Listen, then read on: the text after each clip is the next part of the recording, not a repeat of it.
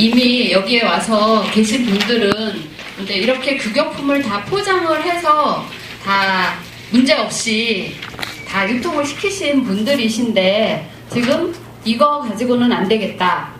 저희가 핸드폰을 옛날에 핸드폰도 다 쓸 수는 있어요. 근데 지금 스마트폰 시대이기 때문에 거의 다들 스마트폰으로 교체를 하시잖아요. 여러분들이 아무 탈 없이 다 한약재에 대한 업무들을 수행을 하셨어요. 근데 지금의 요구사항이 이거 가지고는 안 된다. 그래서 제가 오늘 예시를 가지고 왔는데 이제 감초를 많이 예시를 드릴 거예요.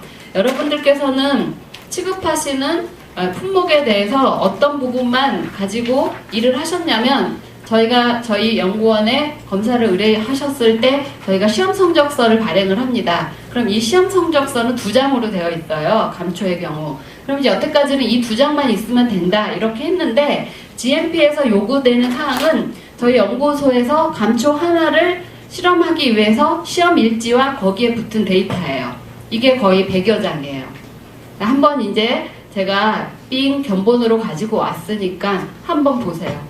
지금 요구되는 거는 여러분들은 여태까지 제품을 취급을 하실 때 시험 성적서 이 2장만 있으시면 됐어요. 그런데 지금 요구되는 시대가 요구되는 상황은 뭐냐면 이 2장만 가지고는 부족해. 이 2장이 나온 거에 대한 내용들 거기에 대한 로 데이터가 필요한 거거든요. 이거 예. 그래서 제가 여러분들한테 성적을 내기 위해서 2장의 성적을 내기 위해서 어떤 뒤에 시험 일지와 어떤 로우 데이터가 있는지에 대한 내용들을 말씀을 드릴 거고요. 자, 여러분들이 여기 앉으신 건 뭐냐면 제가 여러분들이 의약품으로서 사용되기 위해서 기준이 되는 게 뭐냐? 여러분들이 의약품으로서 사용이 되기 위한 기준은 의약품이기 때문에 어디에 근거를 하냐면 약전이라는 데 근거를 해요. 그래서 우리가 의약품으로 사용되는 의약품에 대해서는 이 약전에 수재가 되어 있고 우리 대한민국에 있어서 이 약전의 가장 초판은 언제냐면 58년 10월 10일이에요. 그래서 이 책이 언제 거냐면 58년도의 책이에요. 여러분들이 취급하시는 게 뭐로서? 의약품으로서 취급이 되도록 하려면 어디에 맞아야 될까요? 여러분들이 취급을 하려는 게 의약품으로서 취급이 되려면 이 약전이 요구되는 내용들에 맞아야 의약품으로서 여러분들이 취급을 할 수 있는 거죠. 그래서 제가 여러분들이 다 이미 아시는 거를 이제 교육을 받으시기 때문에 좀 요점 정리, 내가 여태까지 해왔던 거에 대해서 조금 요점을 정리를 하시는 게 필요하지 않을까 싶어서 제가 정리된 부분들에 대해서 말씀을 드리도록 하겠습니다. 그래서 여러분들 의약품이라는 거에 대한 정의를 한번 좀 생각을 해보시죠. 맨날 취급해 오셨어요. 맨날 취급을 해왔는데 이런 자리를 통해서 내가 취급하는 의약품이 어떤 거냐, 내 의약품에 대한 정의를 나름대로 한번 생각을 해보시겠어요? 자, 의약품은 의약품으로서 만족을 하려면 3가지 요건을 만족을 해야 돼요. 3가지. 첫 번째가 뭘까요? 효과, 약효가 있어야 되는 거죠. 내가 취급하려는 의약품은 첫 번째로 약효가 있어야 되겠죠. 그 다음 2번째가 뭘까요? 약효가 있어요. 자, 이제 가끔 2번째를 이야기를 할 때 제가 비유를 하는 건 임산부의 경우 질병이 걸렸어요. 질병에 걸렸을 때는 판단을 하죠. 약을 먹을까 말까를 뭘 판단을 하죠? 내가 이 약을 먹는 게 태아한테 더 해가 될까 안 될까? 내가 빨리 이 약을 먹어서 치료를 받는 게 나을까? 아니면 이 약을 먹었을 때는 뭐가 나타날 수 있죠? 약이라는 것은 저한테는 이물이에요. 어떤 질병을 치료를 하기 위해서 먹기 때문에 우리가 먹는 식품하고는 다르죠. 식품하고는 다르게 안 먹어도 될 걸 평상시 건강하면 안 먹어요. 평상시 건강하면 안 먹는데 내가 병이 걸렸기 때문에 그걸 치료하기 위해서 먹는 거예요. 그렇기 때문에 항상 100% 좋을 수만이 없어요. 사이드 이펙트라고 하죠. 부작용이 나타날 수 있거든요. 그렇기 때문에 의약품은 첫 번째 약효가 있어야 되고 그 다음에 2번째로는 안전 부분을 치료를 하는 것보다 유해한 작용이 더 많다고 하면 먹지 말아야겠죠.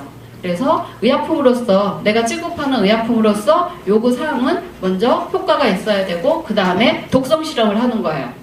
해보다 해가 있는지 이익이 있는지를 더 먼저 보는 거죠. 그래서 안전한 거에 대한 시험을 하고, 자, 유효하고 안전해요. 그러면 이걸 공급을 하려면 어때야 돼요? 품질이 유지가 돼야 되죠. 그래서 여러분들이 하시는 게 뭐냐면 여태까지 다 잘 해오셨어요. 의약품으로서 한약재, 의약품의 하나의 구성 성분인 한약재에 대해서 여러분들이 다 잘 하셨어요. 근데 거기에 대해서 품질에 대해서 요구되는 사항들을 여러분들이 준비를 하셔야 되는 거죠. 그래서 우스갯소리로 옛날에는 저학년 때 공부를 못했어도 다 후반에 열심히 해갖고 좋은 대학들 많이 간다고 했어요. 근데 요즘에는 초등학교 1학년 때 성적이 대학교 성적하고 이어진대요. 다들 잘하기 때문에 처음부터 잘해야지. 처음부터 GMP라는 게 뭡니까? 여러분들 이 안에 있는 자료의 내용들은 그냥 보셔도 돼요. 여러분들이 여기까지 오신 거는 강의를 통해서 내가 내 생각도 좀 정리하고, 여러분들이 혼자서 보시면 여러분들 혼자의 생각이지만 여기 지금 모이신 분이 20명, 저하고 같이 21명이 한번 그래 내가 취급했던 의약품 어떤 걸 요구되는 것인가, 그리고 지금 GMP의 역량 강화라고 왔는데 내가 생각했던 GMP 어떤 것인가. 지금의 GMP의 개념은 최종 산물만 패스하면 된다 안 된다. 지금의 GMP는 제가 아까도 말씀드렸죠. 대학만 잘 가면 초등학교 때 성적 잘 못해도 돼. 고등학교 고3 때 열심히 해서 좋은 대학 가면 돼. 그게 아니에요. 원료부터 좋아야, 처음 스타트부터 좋아야 뭐가 좋다. 꼴인이 좋다. 그래서 최대한 도로에 있어서 모든 과오들이 나타나지 않기 위해서 어디부터 관리를 하는 거가 되는 거죠? 스타트부터 관리를 하는 부분이 되겠습니다. 그래서 실질적으로 이제 GMP에 대한 용어, 처음부터 의약품을 제조, 판매를 하는데 제약회사가 지켜야 되는데, 여러분들이 스타트는 재배, 한약으로서 재배나 생산이 되는 거예요. 하는 재배하고, 그 다음 이 재배가 된 게 일단 창고를 통하죠. 창고를 통하고 또 가공 과정을 거쳐서 최종 산풀이 되는 데 있어서 제약회사, 취급자가 지켜야 할 규범이 GMP가 되겠습니다. 그래서 실질적으로 한약재 GMP에 있어서는 큰 챕터를 13가지로 구분을 할 수 있겠어요. 13가지로 구분을 하는데 우리는 이제 오늘 10개, 오늘하고 내일 거쳐서 10개 부분으로 해서 세부적으로 살펴보죠. 그래서 저는 첫 시간에 용어에 대한 기준에 대해서 말씀을 드릴 거예요. 여러분들이 GMP를 하기 위해서는 여기에 이렇게 교육을 받으시는 거는 이유가 뭐냐? 주관적이 아니라 어떻게 판정을 하려고. 내 단독의 주관, 오감에 의한 판단이 아니라 객관적인 판단을 하기 위해서 여기 모이셨어요. 그래서 저는 첫 번째 용어에 대한 기준을 말씀을 드릴 거고요. 그 다음에 두 번째로는 시설 환경, 세 번째는 이제 조직의 쓴맛. 이 GMP를 하기 위해서는 어떻게 구성이 되어야 되는지 조직에 대한 거. 그 다음 네 번째가 기준서. 다섯 번째가 문서. 그러니까 GMP에서 중요한 거는 결국 품질 관리예요. 내가 취급하는 품목이 품질의 규격을 맞았는가 하는 거에 대한 품질 관리인데, 그 품질 관리를 어떻게 나타낼 것이냐, 그게 뭐로 나타내는 거죠? 문서, 다큐멘테이션이 필요한 거예요. 이제까지는 시험 성적서, 이게 패스 됐으니까 내 제품이 적합한 품목이야, 이게 안 되는 거죠. 거기에 대한 모든 기록서, 제품 부분이 있어야 되고, 그런 과정들이 다 뭐로 되어 있어야 된다. 문서로서 그런 부분들에 대한 모든 내용들이 정리가 되어, 다큐멘테이션이 되어 있는 거야 되는 거죠. 그리고 일단 점심 식사 하신 다음에 품질 관리, 실제적으로 여러분들이 제품에 대한 품질 실험을 하는데 대한 내용들을 이따 오후에 식사 후에 말씀을 드릴 거예요. 그 다음에 이제 7번째가 제조 관리인데, 일정이 조금 변경이 돼서 7번째 제조 관리는 첫 시간에 여러분들이 제조 관리에 대한 부분을 학습을 하셨습니다. 그 다음 8번째 제조 관리와 제조 위생 관리를 첫 시간에 강의를 하셨고요. 그 다음 9번째 꼭지는 원료 약품 자재 및 제품의 관리에 대한 거. 그 다음에 10꼭지는 불만 처리. 그래서 실질적으로 재작년의 통계를 보면 소비자들이 제품에 대해서 불만을 신고한 거를 보면 식품 한약재 부분이 제일 많대요. 리콜을 한 이제 접수된 리콜을 보면 한약재 부분이 식품 한약재 부분이 많고 그 중에서도 한약재 부분이 많다고 하거든요. 그래서 이런 불만이 리콜이 접수됐을 때 그런 불만 처리나 제품 회수에 대한 내용 또 자율 점검에 대한 거 그리고 여러분들이 여기 교육을 받으시고 있잖아요. 그러면 여러분들이 직원에 대해서 교육 및 훈련에 대한 거 그리고 실태조사 저희가 하는 실태조사 이렇게 여러분들이 GMP의 교육의 부분은 이 13개의 챕터로 구성이 되어 있고 각각 그 부분에 대해서 학습을 하시게 되는 거죠. 여러분들 실제적으로 GMP에 있어서 요구사항은 뭐냐? 여러분들이 다 하셨어요. 근데 뭘 철저히 해라. 품질 관리를 철저히 해라. 내 제품에 대한 품질 관리를 철저히 하라는 부분이 되겠죠. 그래서 그런 품질 관리를 철저히 하기 위해서는 기본적인 설비가 또 확충될 부분이 있겠고 아까도 그 내용에 대한 모든 내용들은 뭐로? 문서로서 말로서가 아니라 모든 게 다큐멘테이션이 돼야 되는 거죠. 그러면 이 문서에 대해서는 문서 관리 체계를 확립하고 하나하나 취급하시는 품목에 대한 제조 품질 기록서, 기록 부분이 있겠습니다. 그래서 실제적으로 이제 주요 내용은 아까 말씀을 드렸듯이 이제 이렇게 용어 정리를 빼면 12가지의 챕터로서 구성이 되어 있다는 것을 아실 수 있겠습니다. 품목은 뭐죠? 생약 또는 한약재십니다. 여러분들이 여기 지금 모이신 분들은 취급하시는 품목이 생약이나 한약재입니다. 그러면 생약, 한약. 자, 아까 의약품의 정의를 한번 여러분들이 다시 리마인드를 하셨듯이 요번에 여러분들이 취급하시는 품목에 대한 용어에 대한 자, 한약은 뭐고 어떨 때 생약이라 부르냐 생약과 한약의 범위의 차이가 뭐냐 자, 어느 게 더 광범위하다고 생각하세요? 생약과 한약 어떨 때 생약 쓰고 어떨 때 가로 열고 한약 이렇게 쓰는데 자, 생약과 한약의 범위에 있어서 차이는 어느 게 더 광범위하다고 보세요? 네. 한약이라는 것은 동식물, 이제 본초학이라고도 하지만 이제 식물이 주로 본초학.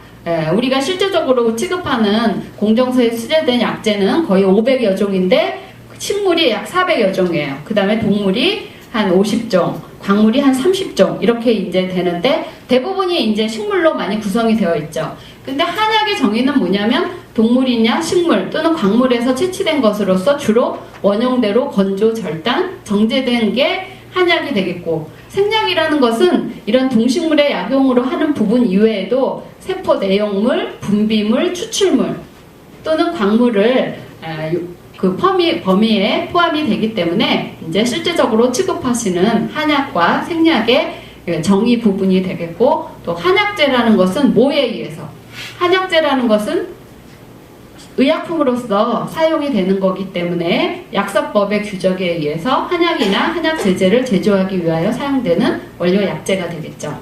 그리고 규격품은 이제 한약재 제조 품질 기준에 따라서 적합한 한약재가 규격품이 되겠습니다.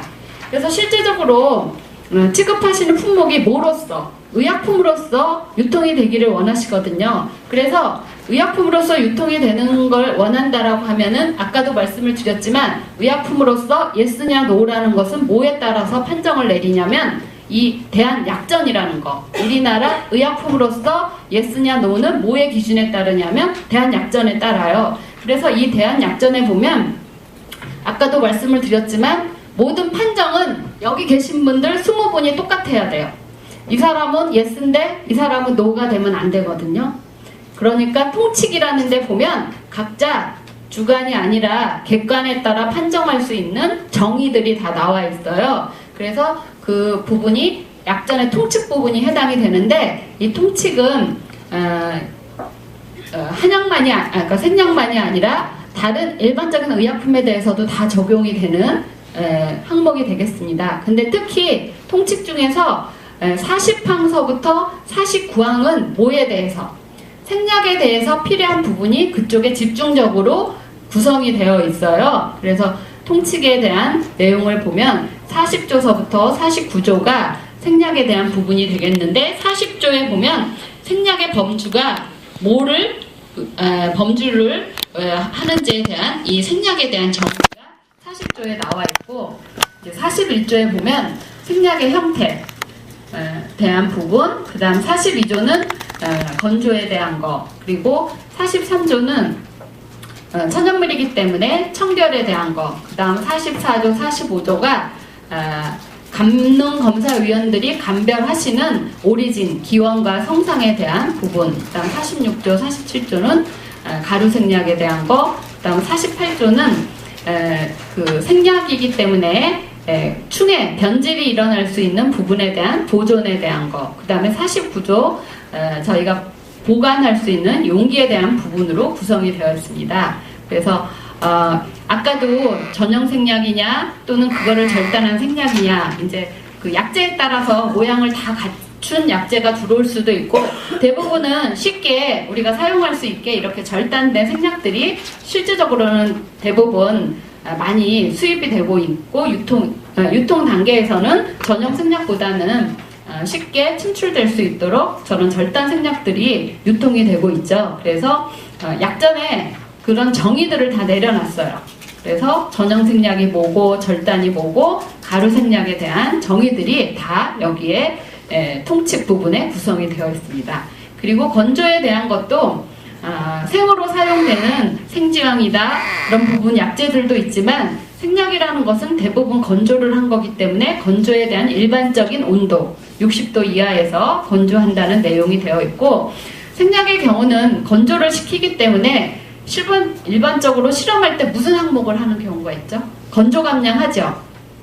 건조 감량에 대한 실험을 우리가 품질의 부분에 있어서 수행을 하고 있습니다. 그래서 건조 감량이 설정된 이유에 대해서는 왜 건조 감량이 설정이 되어 있을까? 역으로 한번 생각해 보면 수분이 너무 많을 땐 보관 중에서 쉽게 변질할 수 있거든요.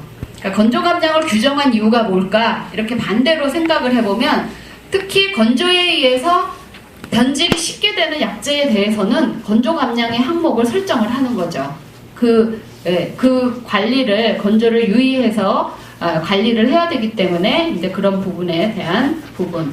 그 다음에 이제 천연물이기 때문에 변질에 대한 취급이나 보존에 대한 내용들이 약전에 있고, 이제 관능검사위원님들이 관능검사를 하셔요. 그럼 그분들은 그 지식과 경험으로서 관능검사를 수행을 하시거든요. 그래서 관능검사를 하는 데 있어서 이제 그 기원이나 적부 판정에 대한 기준이 또 통칙에 명확하게 구성이 되어 있습니다. 그리고 제가 안녕하세요, 저 배관식입니다 이렇게 말씀을 드렸거든요. 그러면 여러분들은 절 보시고 저에 대해서 이목구비를 저 사람의 생김새가 어떻게 됐어 이렇게 연상을 하시죠. 그래서 제가 다음에 전화를 들어서 저 배관식입니다 하면 제 얼굴을 떠올리죠. 성상이라는 건 뭐예요? 여러분들이 취급하시는 약재가 있어요. 자, 약재에 명칭이 있거든요. 그러면 이게 감초예요. 그럼 감초를 보고 여러분들이 감초의 생김새를 제 감초 어떻게 생겼어? 형상을, 외부적인 형태를 여러분들이 나름대로 기억을 하시죠.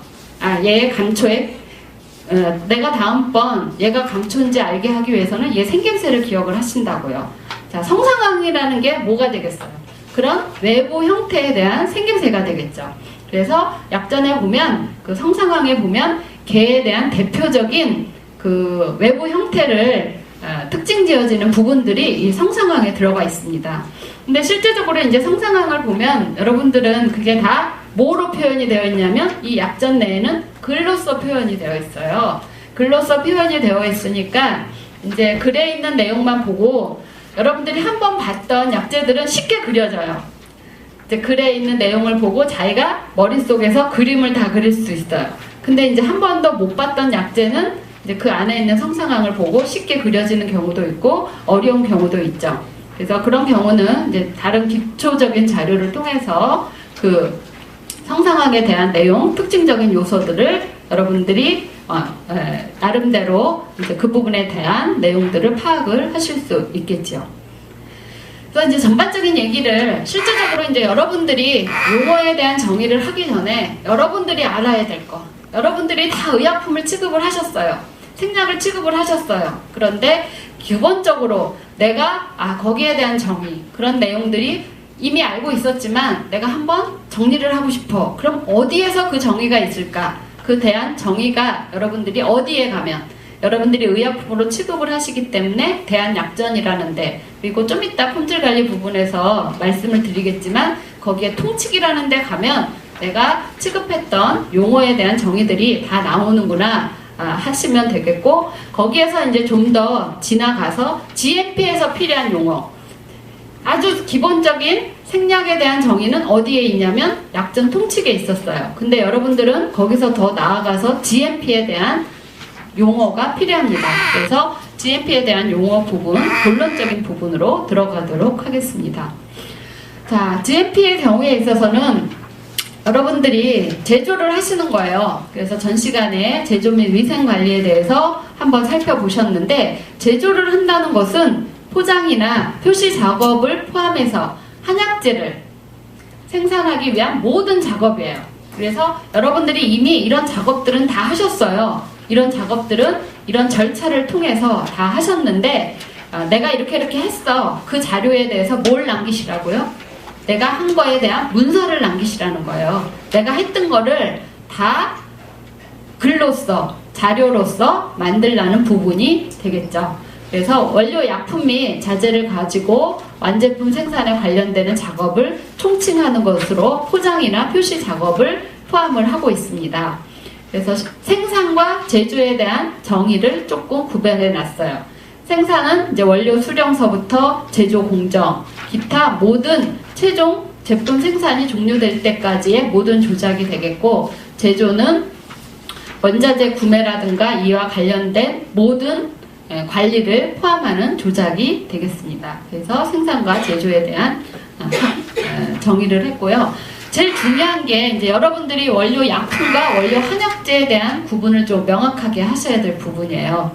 그래서 원료 한약재, 원료 약품 두 개에 대한 정의 부분이 있겠는데, 원료 한약재는 아까 생약의 범위, 한약의 용어의 정의에서도 말씀하셨듯이 동물, 식물, 광물에서 채취된 것으로서 한약재의 원료로 사용하기 위한 세척, 선별, 절단 등 가공을 하지 않은 상태의 것을 말하겠죠. 자, 길경하고 도라지. 길경하고 도라지. 자, 길경은 완제품이 됐어요. 그러면 길경을 만들기 위해서는 원료 한약재가 뭐가 있는 거죠? 도라지가 있는 거죠. 그렇게 생각을 하시면 되겠고, 자, 여기 가지고 온 제품이 뭐예요? 갈근이에요. 자, 얘의 원료 한약재는 뭐가 되겠죠? 칡이 되겠죠. 칡. 네, 기원적인 부분이 되겠죠. 그래서 원료 한약재에 대한 부분. 그 다음 이제 원료 약품이에요. 자, 원료 한약재는 아까 갈근이 되기 위해서는 칡, 길경이 되기 위해서는 도라지, 이렇게 말씀을 드렸어요. 원료 약품은 뭐냐면, 자, 제품을 만들기 위해서 완제품의 제조에 사용되는 물질, 자재, 제외를 시킵니다. 완제품의 제조에 사용되는 물질을 말하며 완제품에 남아있지 않은 물질을 모두 포함한 게 되겠습니다. 그래서 예를 들면 완제품의 경우 단순하게 절단 포장하는 경우도 있지만 포제를 할 수 있죠. 포제 공정에서 사용되는 첨가제 또는 추출, 농축 후 제거되는 용매 등을 모두 포함하게 되겠어요. 그래서 추출, 농축 후 제거되는 용매로서는 어떤 것들이 있냐면, 이제 제조 공정 중에 사용하는 물과 포제 공정에서 사용되는 뭐 술이라든가 생강, 꿀, 이런 것들이 다 원료 약품에 해당이 되겠습니다. 그래서 이런 원료 약품의 경우는 걔한테 어떤 요구 조건이 있어요. 만족 조건이 있어요. 이 용매는 어떤 것들을 사용을 해야 되냐면, 제조 공정이나 이후의 공정에서 휘산, 제거돼서 모에 잔류하지 않아야 되죠. 완제품에 잔류하지 않더라도 이제 제조 공정 중에서 접촉이 될 수 있고 반응해서 품질에 영향을 미칠 수 있기 때문에 원료에 대해서도 뭐하고 원료 한약재와 동등한 관리를 하도록 규정이 되어 있습니다. 그래서 여러분들 포제품의 경우 이제 감초서부터 희력까지 지금 공정서로서 수제된 포제품에 대해서 보면, 자, 감초 밀자의 경우는 감초에 뭐가 들어가요? 원료 약품으로서 꿀이 들어가죠. 그 다음에 대왕 주중의 경우는 이 주가 술 주자니까 보료로서 뭐가 들어가죠? 술이 들어가죠. 그 다음 반화, 생강, 백반제 이런 거 같은 경우는 보료로서 뭐 생강과 또 뭐가 들어가죠? 백반. 포제품을 만드는데 이런 생강, 백반 또는 식초, 꿀, 술 이런 원료 약품도 다 관리를 해야 되는 부분에 대한 부분이 되겠습니다. 자, 자재. 여러분들이 실제적으로 그 최종 제품에 담는 용기 부분에 있어서는 이제 필요에 따라서 이런 비닐 용기를 사용을 할 수도 있고 다른 이제 용기를 사용을 해서 포장을 하실 수도 있어요. 그래서 자재라는 것은 뭐냐면 포장과 표시 작업에 사용되는 용기입니다. 그래서 표시 재료, 첨부 문서, 표장 재료가 해당이 되겠죠. 그런데 실제적으로 마개와 패킹 또 거기 안에 들어가 있는 계량용 스푼 등을 삽입을 하는 경우에 있어서는 얘의 경우도 용기에 준해서 관리를 하셔야 돼요. 운송용 박스, 배송용 박스는 제외가 되는 부분이 되겠습니다. 자, 의약품은 아무데나 담아도 된다 안 된다. 여러분들이 반찬통의 경우 김치를 담았던 거를 다음에 또 다시 사용을 하려고 보면 거기에 냄새가 배어있죠. 의약품을 담는 용기는 저희가 의약품의 용기도 아무거나 담도록 아무거나 사용하도록 되어 있는 게 아니라 규정이 되어 있습니다. 그래서 실질적으로 용기는 밀폐, 그냥 단순히 외부적인 고형 이물만 혼입이 된 걸 방지하는 밀폐를 사용할 수도 있고, 기밀 용기로서 액체들이 들어갈 수 없는 기밀 용기도 있고, 밀봉은 주사제 같은 부분으로서 기체도 못 들어갈 수 있는 침입할 수 없는 용기가 있고, 또 일부 약재의 경우는 빛에 되게 굉장히 약해요. 그래서 염류라든가 화류, 특히 화류 생약들은 빛에 의하면 쉽게 변질이 되죠. 그래서 이런 이제 용기에 대한 약전의 규정이 있기 때문에 취급하시는 품목에 적합한 용기를 이제 여러분들이 사용을 해야 되겠죠. 그 다음으로는 이제 반제품입니다. 반제품의 경우는 ING, 진행 중인 제품이 되겠죠. 그래서 제조 공정 단계에 있는 것으로서 필요한 제조 공정을 더 거쳐서 완제품이 되는 제품이 반제품이 되겠습니다. 즉 제조 후 포장이 완료되기 이전 상태의 것이 반제품이 되겠죠. 자, 반제품에 비해서 완제품은 모두 완성된 거죠. 그래서 저는요, 제 이름이 백완숙이거든요. 그러면 가끔 식사를 하러 가서 아메리카 스타일을 시키면 계란을 어떻게 해드립니까? 그래요. 완숙해드릴까요? 반숙해드릴까요? 그러니까 마찬가지, 완제품은 다 이제 최종적으로 팔 수 있게, 출하될 수 있게 다 된 거고, 반제품은 그게 되기 전에 상품이 되겠죠. 자, 완제품의 경우는 한약재 제조에서 모든 제조 공정이 완료된 것입니다. 포장 공정까지 모두 완료가 돼서 뭐로써, 자, 나 사가 주세요, 날 좀 데려가 주세요, 의약품이란 판매 목적으로서 최종적으로 적절하게 포장된 제품이 되겠습니다. 관리번호, GMP에 있어서는 모든 거에 대한 이력 추적이 가능해야 돼요. 모든 거에 대해서 연결고리가 있어야 돼요. 연결고리가 있으려면 어떻게 돼야 됩니까? 걔에 대한 추적을 하려고 하면 뭐가 있어야 돼요? 번호가 쫓아다녀야, 꼬리표가 쫓아다녀야 되겠죠. 제조 단위를 부여할 수 없는 자재 등을 관리하기 위해서 부여한 번호로서, 자, 저희한테 시약이 들어왔어요. 시약이 들어왔으면 걔에 대해서, 나한테 입고된 시약에 대해서는 뭘 부여해요? 번호를 부여를 하는 겁니다. 그래서 숫자, 문자 또는 이들의 조합한 것으로서 번호를 부여를 해요. 자, 품질의 균질성을 가진 집단을 일관되게 관리를 하기 위한 것이에요. 그래서 저희한테 입고되는 표준품, 시약, 조제 시약, 배지, 기타 반제품, 시험 장비 등 목적에 따라서 모든 다양한 형태로서 코드 번호를 부여를 해야 됩니다. 제조 단위 또는 로트. 동일한 제조 공정으로 제조되어서 균질성을 갖는 한약재에 대한 일정한 분량을 제조 단위, 라트 또는 배치로 표현을 합니다. 하나의 로트로 이제 공정을 했는데 한약재 같은 경우는 그냥 원료로서만 유통을 하는 경우도 있고, 아까 같이 포제품, 수치를 하는 경우가 있겠어요. 그래서 하나의 로트로 공정을 시작을 했는데 어떤 사유로 인해서 다음 공정에서 포제품을 만들 때는 이제 그 서브라트로 해서 다시 1이라든가 다시 2등으로 표시를 해서 관리를 할 수 있겠죠. 그래서 일반적으로 제조를 하는 데 있어서 원료 약품의 경우는 1000kg를 기본적으로 제조를 하는 데 있어서의 분량에 대한 내용을 기준으로 그 규격서를 작성을 하지요. 제조 번호, 라트 번호에 대한 내용입니다. 일정한 제조 단위에 대해서 제조 관리나 출하에 대한 모든 사항을 확인할 수 있기 때문에 그 제조 번호를 부여를 하는 거죠. 그래서 이 번호는 숫자나 문자 이들을 조합한 것으로 하고, 이 부여 방법은 그 회사의 특성에 맞춰서 부여를 하는데 체계가 있어야 돼요.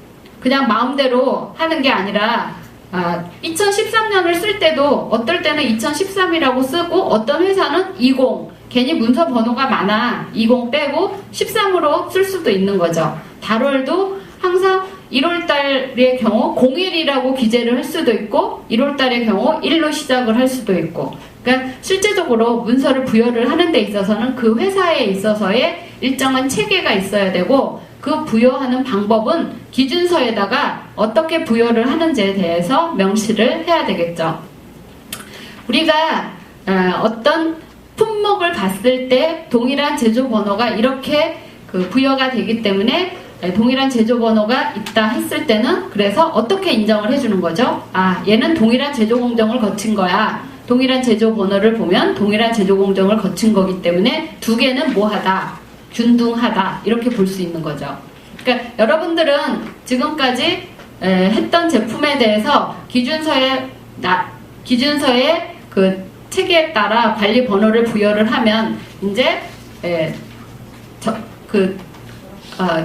최종 납품된 제품에 대해서 제조 번호가 동일하다고 하면 그 과정이 모두 동일하게 돼서 결국 동일한 제조 공정을 거친 균등한 품질이라는 것을 역으로 산정할 수 있는 거죠.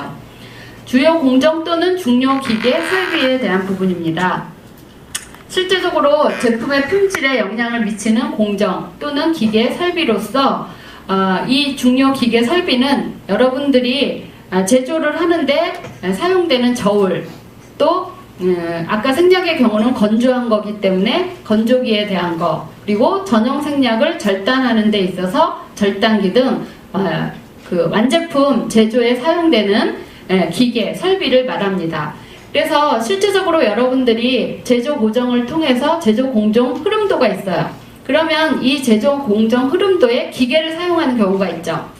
기계를 사용하는 경우에 있어서는 요 제조 방법 다음에 사용된 장비를 기재를 하고, 실질적으로 무게를 달 때는 저울을 사용을 하겠고, 또 건조를 시켰을 때는 건조기를 사용을 하실 거예요. 그래서 실질적으로 각각의 주요 공정에 따라 사용되는 장비에 대한 그런 설비들이 되겠습니다.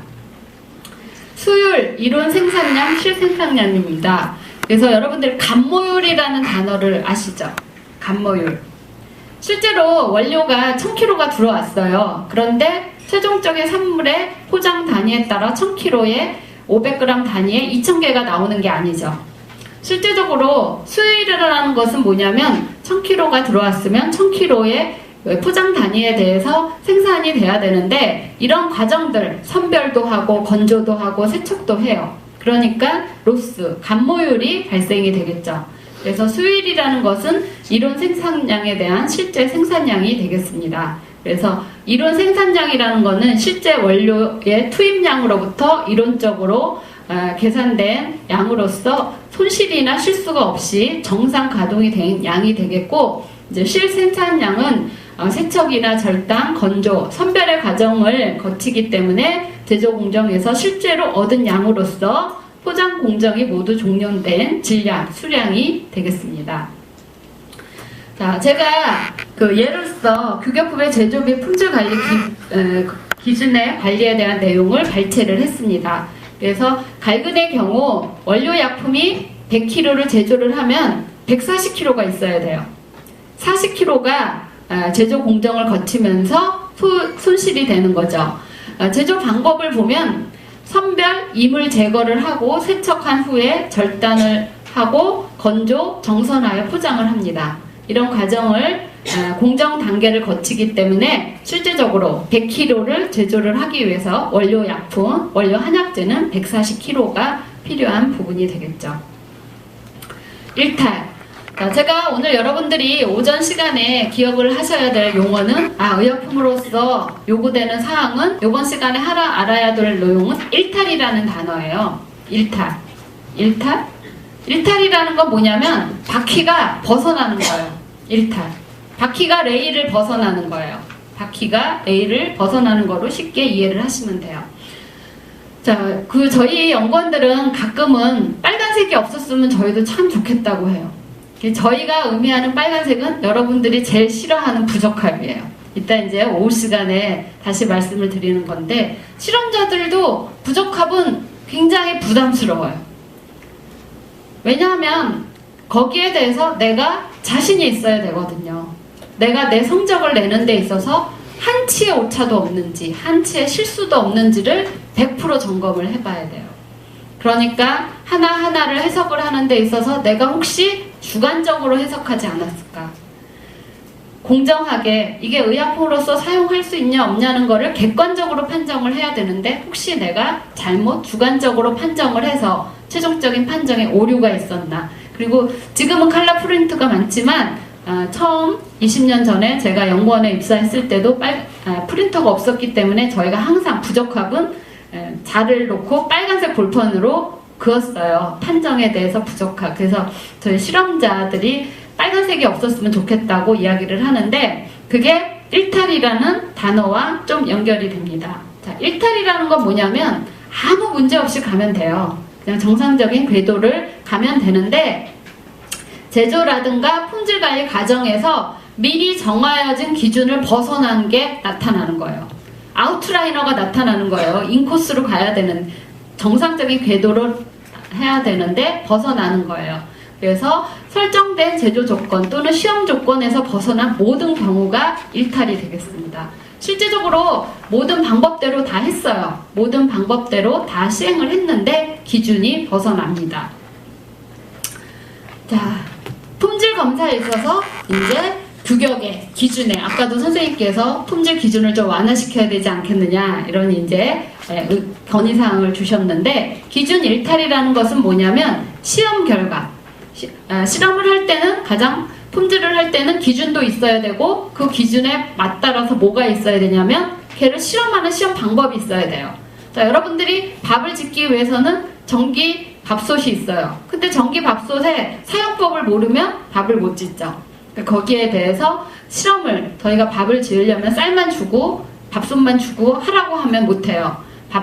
쌀 주고 밥솥에 있어서 이제 사용 방법을 알아야 되는 거거든요. 그럼 저희가 실험을 하려고 하면 기준 및 시험 방법이 있어야 돼요.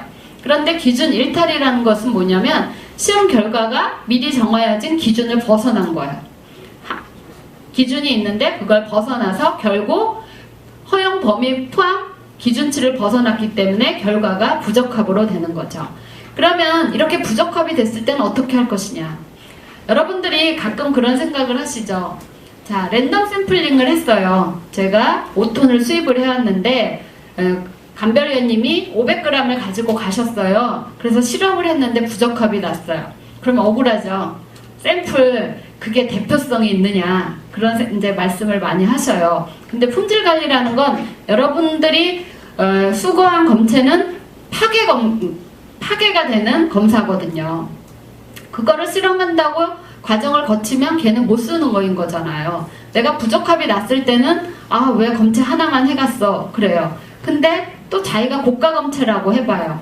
검체 그게 너무 나한테 검체가 실험하는데 들어가는 검체 값이 부담스러워. 이렇게 또 될 수 있는 거인 거거든요. 근데 지금 품질 관리는 파괴성 실험이기 때문에 모든 거에 대해서 다 할 수 없기 때문에 대표성이 있는 검체를 저희가 수거를 해서 실험을 하죠. 그러면 이제 그거에 대해서 적합이 나오면 다행인데 부적합이 나왔을 때는 거기에 대한 걸 어떻게 처리하냐, 대표성 있는 검체를 수거한 거에 대해서 어떻게 할 것인가, 거기에 대한 원인을 규명을 해야 되겠죠. 왜 부적합이 났을까, 어느 부분에 부적합의 팩터가 발생이 됐을까. 그래서 원인을 규명을 하고 발생 시기부터 처리 절차, 완료까지의 모든 기록을 역추적을 하는 거죠. 역추적을 해서 그 부분에 대한 내용들을 유지를 해야 되겠죠. 그 다음에 교정입니다. 교정은, 자, 여러분들이 몸무게를 잰다고 생각을 해보세요. 자, 몸무게를 쟀을 때 체중계 있는데 그냥 올라가세요? 자, 뭐부터 확인하시죠? 제로로 되어 있는가를 확인하시고 올라가시죠. 교정이라는 건 여러분들 자동차 정기점검 받으시죠? 이상이 없어도 일정 기간에 정기점검을 받으셔야 되죠. 마찬가지예요. 교정이라는 것은 저희가 실험을 하는데 사용되는 계측기나 시험기기 또는 기록계가 나타나는 값이 참값하고 비교를 해서 오차 허용 범위 내에 있는가를 보는 거예요. 얘가 제대로 작동을 하는지에 대해서 서티를 주는 거죠. 얘는 실험을 하는데 사용해도 된다는 것을 인정해주는 그 부분이 교정이 되겠습니다. 그래서 실제적으로 시험에 사용되는 기기에 보면 다 교정에 패스했다는 교정 필증들이 부착을 하도록 되어 있습니다. 표준 작업 절차입니다. 표준 작업 절차는 모든 작업을 하는 데 있어서의 절차 부분에 대해서 기록서로 남아있고 업무의 흐름 순서들을 규정하는 거를 다큐멘테이션, 문서화한 부분이 SOP, 표준 작업 절차가 되겠습니다. 분리, 구획, 구분이 되겠습니다. 분리라는 것은, 구획이라는 것은, 구분이라는 것은. 그래서 실제적으로 분리라는 것은 벽으로서 구분을 하는 거예요. 이 벽에 의해서 구분이 되는 거고, 구획이라는 것은 실질적으로 칸막이에 의해서, 굳이 벽으로까지가 아니라 칸막이에서 구분이 되는 부분이 되겠고, 구분이라는 것은 선 간격을 두어서 서로 혼선이 되지 않도록 관리하는 부분이 되겠습니다. 그래서 분리하라고 했을 때는 벽에 의한 그 부분이 되겠고, 구획은 칸막이로서 해주면 되겠고, 구분은 이제 선이나 칸은 간격을 두어서 서로 혼돈이 되지 않도록 하는 부분이 되겠죠. 그 다음 환경에 대한 관리입니다. 환경의 경우에 있어서는 아까도 GMP의 맨 앞부분에서 있었죠. GMP의 요구사항 뭐였습니까? 품질 관리고, 그 다음 두 번이 이 품질이 어떻게 되도록 해야 돼요. 유통기간 동안에 그 품질이 어떻게 돼야 되죠? 유지가 돼야 됩니다. 유지가 돼야 되는데 우리가 취급하는 한약, 생약은 건조도, 수분도 있고, 걔는 따끈따끈 영양분도 있고, 얼마나 벌레들이 좋아하겠어요. 공격의 대상이 되죠. 변질과 곰팡이와 부패의 요소들이 일반 의약품과 달리 변질과 변폐와 곰팡이의 보관상의 변질이 쉽게 발생될 수 있는 부분이 되겠죠. 그래서 실제적으로 환경관리, 관리를 하셔야 돼요. 제조 조건과 보관 조건의 적절한 온도, 습도가 유지되도록 정기적으로 점검을 하셔야 됩니다. 그래서 내 제품을 보관을 할 때 온도와 습도는 어떻게 관리를 하겠다는 것. 그 다음 작업실과 보관소는 취급하는 제품의 품질에 영향을 미치지 않는 알맞은 온도, 필요시 습도를 정하고 그에 따라 관리를 해야 됩니다. 그래서 제가 30년 전에 식약청에 근무를 했는데요. 그때는 별로 온풍기가 별로 없었어요. 이제 온풍기는 온도는 좀 조절을 했겠지만 여름에 에어컨은 없었거든요. 근데 동물실에는 에어컨을 꼭 틀어놔요. 저희 실험실 직원들 근무하는 실험실에는 에어컨이 없는데 동물실은 이 온도, 습도를 조절을 하거든요. 그러니까 여러분들도 여태까지 제품을 다 물론 온도, 습도에 대해서 관리는 하셨겠지만 이제는 온도는 몇 도로 관리를 하겠다. 습도는 어떻게 유지를 하겠다 하는 부분에 대해서 문서화를 해서 관리를 하셔야 되는 환경 관리에 대한 부분이 있겠습니다. 그 다음에 이제 자동화 장치입니다. 자동화 장치는 실제적으로 이제 그 물리적 역학에 의해서 연동 장치뿐만이 아니라 이런 이제 프로그램에 의해서 환경 모니터링 공조 시설을 다 이제 관리하실 수 있는 거죠. 그래서 물리적인 역학에 의한 연동 장치로 기계에 연결되어 있어서 이런 이제 공조 시스템에 의해서 관리를 하실 수 있고, 이제 저희 연구원 같은 경우는 여러분들이 의뢰하시는 제품이 항상 일정한 온도와 습도로 유지가 돼야 되기 때문에 검체 보관실의 경우는 이런 이제 자동화 장치에 의해서 온도와 습도를 조절을 하고 있습니다. 그리고 실제적으로 사용되는 기기의 경우에 있어서도 운영 프로그램이 다 만들어져 있어서 아무나 접근이 이제 허용이 되는 실험자들만 접근할 수 있도록 제어하는 시스템으로 관리를 하고 있습니다. 이렇게 해서 제가 오늘 그 첫 번째 시간에는 여러분들이 하시고자 하는 GMP에 대한 용어, 그래서 실질적으로 GMP에 대한 용어보다도 우리가 의약품으로서 취급하는 한약의 경우는 약전에 수제된 의약품이기 때문에 약전 내에서 특히 생략 한약에 대한 통칙 부분에 대한 정의 부분을 조금 소개를 시켜드렸고, 그 부분에 플러스 돼서 GMP, 앞으로 오늘 여러분들이 16시간 동안 받아야 될 그런 교육에 대한 기본적인 용어에 대해서 말씀을 드렸습니다. 이상입니다.